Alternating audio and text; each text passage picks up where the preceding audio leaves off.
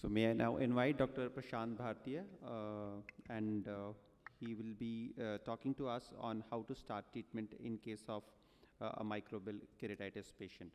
Over to you, Dr. Bhartiya.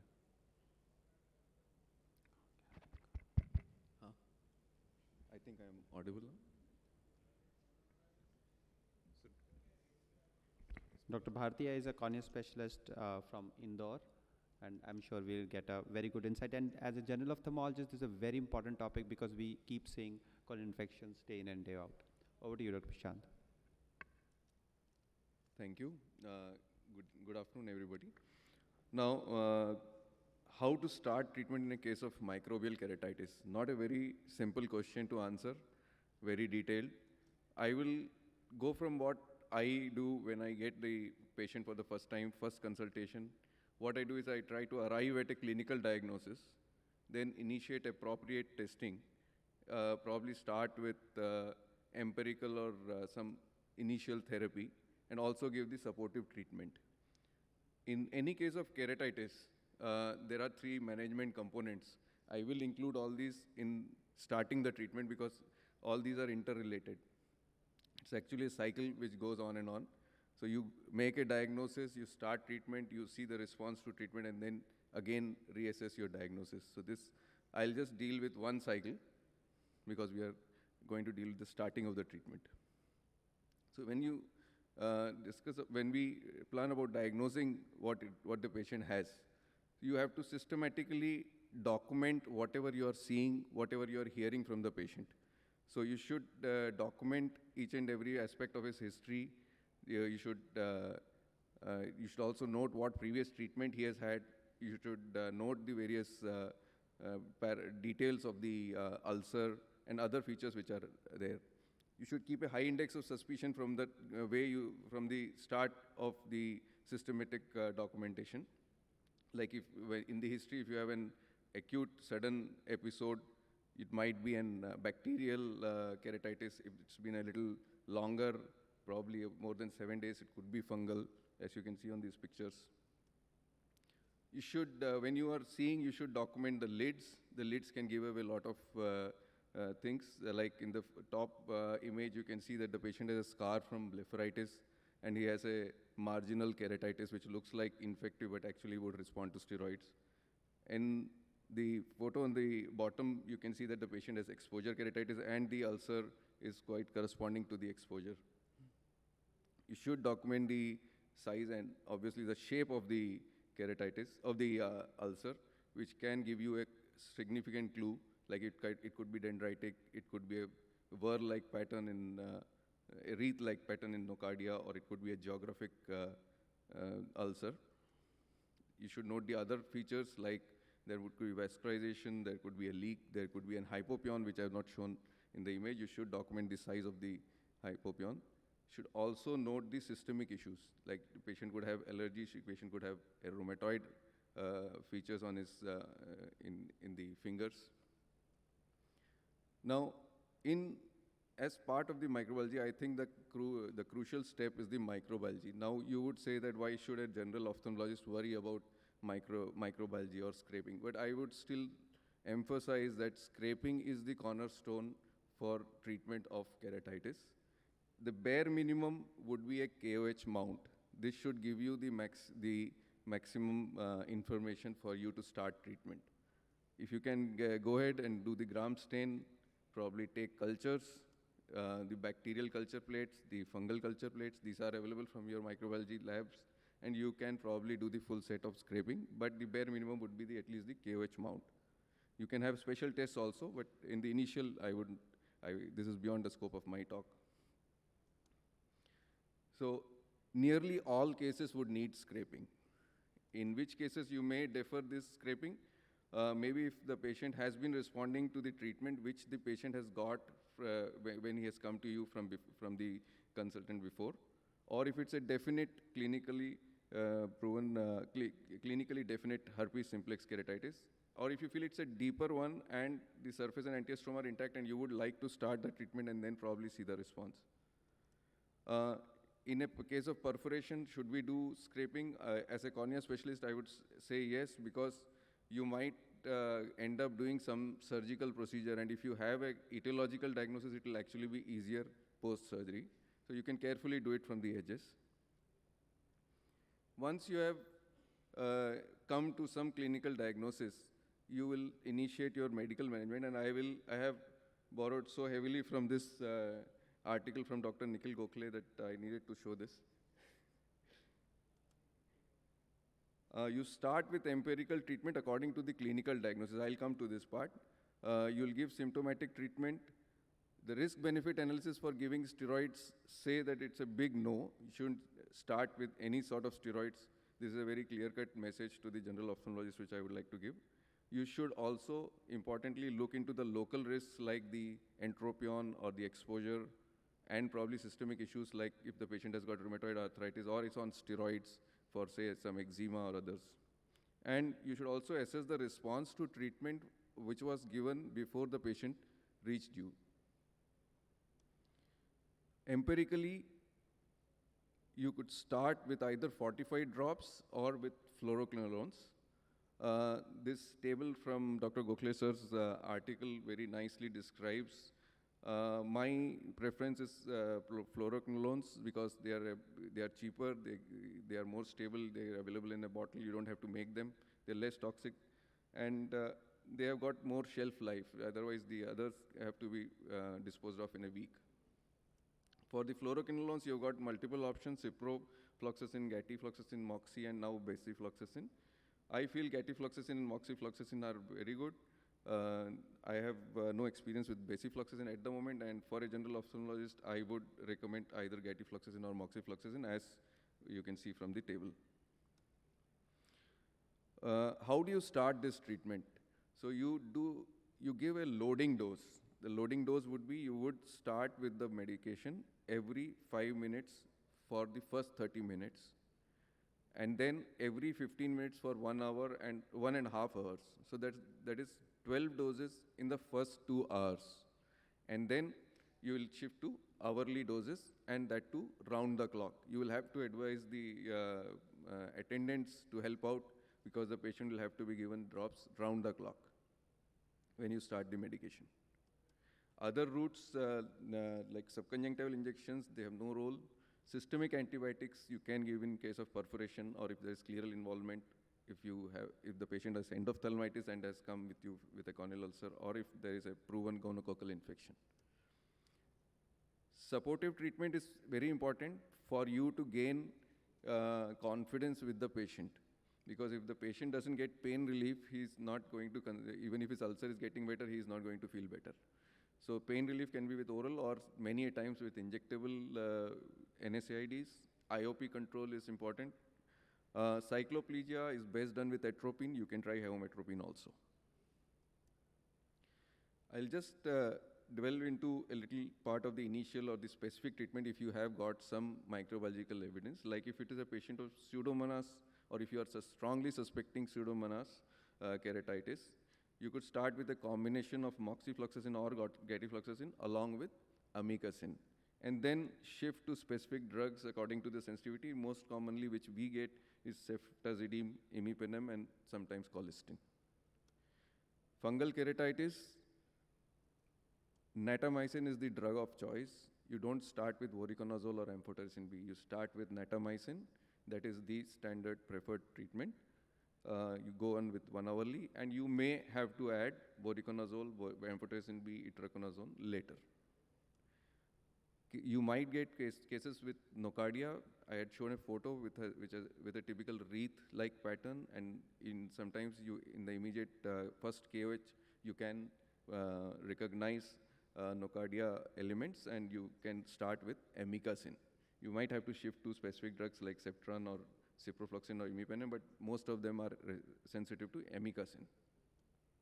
Herpes simplex keratitis, usually very typical epithelial disease, responds well to acyclovir eye ointment. You don't give steroids if it is purely epithelial disease, and you don't give oral acyclovir unless the stroma is involved. In stromal or endothelial disease, you give oral acyclovir, and you may add topical steroids once the epithelium has healed. So the takeaway message here is you add steroids only once the epithelium has healed. So, response to treatment assessment is an important part of your management. Whatever the treatment has been given before, you need to assess whether the patient actually got better or not from the history. From your treatment, if you need to assess whether patient is getting better or not, you will have to quantitate and document each and every symptom and sign, and then define the response, whether it is better, same as before, or worsening, and then probably change course. If you get a non-healing or atypical keratitis in the first go, I think an early referral to a cornea specialist is warranted. Don't start empirical treatment for a presumed acanthamoeba keratitis. Don't do empirical treatment like that unless you have got good microbiology, and microbiology is a must in such cases. You should document whatever treatments you have given, whatever previous treatments have been given, and then you should forward the patient. So you should avoid confusion, keep a systematic approach, document each and every aspect of the clinical signs and symptoms, make a proper clinical diagnosis, go ahead with the treatment, and then assess the response, and then go ahead from there. Avoid confusion. Thank you. Thank you so much, Dr. Bhartiya. I think this is such an exhaustive topic and you have covered comprehensively so well. So since we see a lot of fungal keratitis and it's maybe more than the bacterial that we see, where do you start systemic antifungal agents? So do you have any subset of patient where you would prefer to add a systemic antifungals as well? Yes. If the epithelial defect is larger than 50% of the cornea, probably, and especially if the limbus is involved, it would probably warrant a systemic antifungal. If there is a significant hypopion, significant means more than a millimeter or so, that means there is something which has gone into the anterior chamber. If the patient has got systemic comorbidities, especially like diabetes, or if the patient is on steroids oral for whatever reason, maybe systemic like eczema, allergy, rheumatoid, then I would probably add oral antifungals. Great. Dr. Nikhil, when do you want to start voriconazole in a patient of fungal keratitis, specifically a different mode of delivery like intracameral injections, or when do you want to give only one drug, natamycin, or where you want to do combination? How do you decide that? So if we assume that we are not doing or we don't have the culture of what exact fungus has grown, but we know it's fungal keratitis, normally I start with single drug therapy. That would be maybe natamycin as the first drug. If we have a situation where we see that the patient has come to you already using one drug, or the patient has a, as he said, extremely large exudation in the anterior chamber or very severe form of keratitis, you could start 2 drugs at a time. So you could start, say, natamycin and voriconazole, or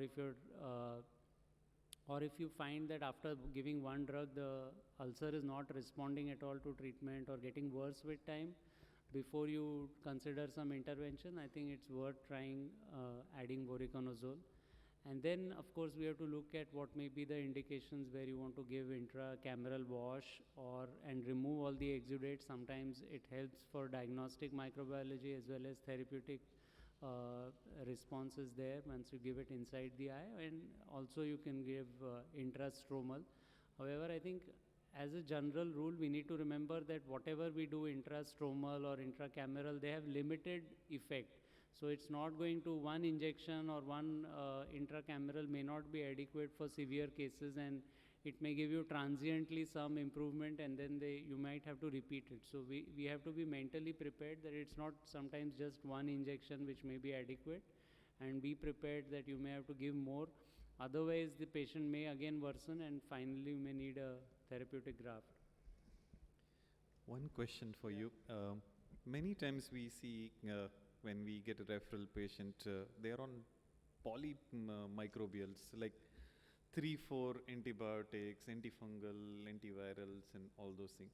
So for a general ophthalmologist, how do you start with, if, as you said, that we must scrape, and if they are not scrape, based on clinical suspicion, is it right to start antifungals, or how do you suggest, what do they start with? I think if you're not doing scrapings and you want to start treatment, ideally it would be best to start an antibiotic initially, at least see what is the response, unless you are very sure that this looks fungal and you have that experience to say that this looks like a fungal ulcer, maybe you could consider. Otherwise, when we give combination treatment, it adds to the toxicity and creates confusion. So I see in my practice, for example, patients referred saying that 2 drugs have been started or 4 drugs are started, patient seems to be getting better. At that point of time, I have nothing to offer them because I have no report. I don't know which drug is working. So it's a very difficult situation once we start multiple drugs. So I would suggest we start one drug, see the response, and then if not improving, consider doing a scraping or send the patient to a center where scraping can be done. And also remember that there are some situations where we should not treat a patient empirically at all. For example, let's say you have a child with a corneal ulcer, or you have a post-surgical infection, you have a severe ulcer. So I have some indications where if the ophthalmologist does not have scraping facility, he should just refer the patient straight away on day 1 rather than doing trial and error. So when we have situations where you may lose the eye very quickly, best not to do trial and error. But if you have a more indolent ulcer, maybe you have room for doing some experimentation. But otherwise, we need to see what is the speed at which the ulcer is progressing and then decide whether you want to keep him with you or send him higher up. Prashant, one question for you. If a patient, you do scraping and it does not reveal any organism and it comes negative, would you repeat the scraping, and how often, and like what's your cutoff? Do you repeat scraping as many times as you want till you are convinced about the report? At the onset, you would do scraping. You would start your treatment as sir said, with empirical antibiotics rather than antifungals, because if you say that there is no organism. And you would wait for at least 48 to 72 hours to see if there is any response. If there is no response in 72 hours, by the time you would get some culture report. If there is nothing on the culture, then you can decide whether you need to re-scrape or probably do something. But I think the re-scrape is the best possible option if you don't have a response. Sure. I think it's very important for the general ophthalmologist to remember that it's not one-time test. If you think that there is no threatened perforation by scraping, scraping it again is certainly nothing wrong there, and you must try it out till you're convinced about the outcome which you have in terms of the result of the test. Dr. Nikhil, one last question to you. Replacing the antimicrobial versus adding the antimicrobial, how do you decide when it's not responding to treatment? Yeah, I think it's, we need to judge. For example, let's say we are talking of an bacterial or fungal or what, it might be different answer for them. But in general, if we feel a drug is not working, I would rather replace it rather than add more drugs. Because as I said, if the first drug was not working in the first place, then possibly you put a new drug and withdraw or stop the first drug.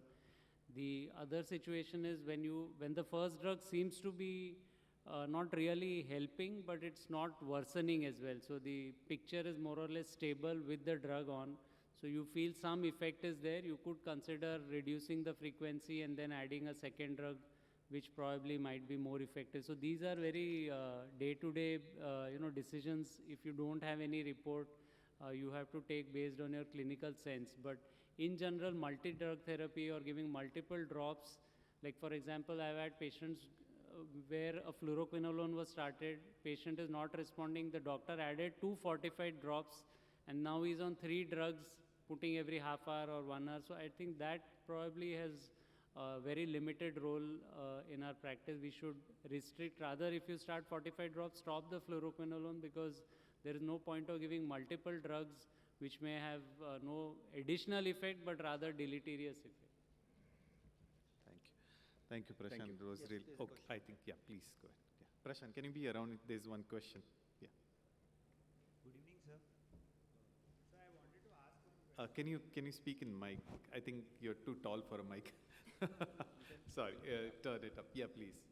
Yeah, that's working. I think I can hear that. Hello. Yeah. So in a patient where you know that it's fungal keratitis with a hypopyon of let's say 4 mm, 5 mm with deep exudates or endo exudates. So, and you don't have a culture proven organism yet, but you want to give an intracameral injection of voriconazole or ampho. So, what injection would you prefer, an amphotericin B or a voriconazole, if first time you want to give? And a small question to that many people are afraid that if we, even from the clear side, if we inject intracameral, we are creating a tract, and by washing the AC, we are getting the exudate out, and patient may go into end-off or something like that. So how do you tackle that? No, see, only one thing you need to look whether the cornea is tectonically stable or not. So if you have a patient where the cornea is strong enough, but there's everything inside the eye, as you mentioned, what I normally do is to make 2 side ports, small side ports, and do bimanually, wash out entire stuff and put intracameral. Presently, I prefer voriconazole. In the olden times, I used to use more of amphotericin when we did not have voriconazole. The other situation is if your cornea is tectonically weak. For example, there's a large ulcer which might perforate, which is very thin, where there is a lot of stromal melting. So in this situation, washing the chamber may not give that benefit because you finally may end up doing a therapeutic PK. So as I said, you might have to repeat the AC wash, or you might have to sort of give the intracameral again. So you need to see how is the tectonic configuration as well, because if that is good enough, then you can get along by maybe 1 or 2 injections and drops and stromal, and all those things can be done. Sir, but voriconazole is what you would prefer first? Presently at least, yeah. Okay, sir. Thank you, sir.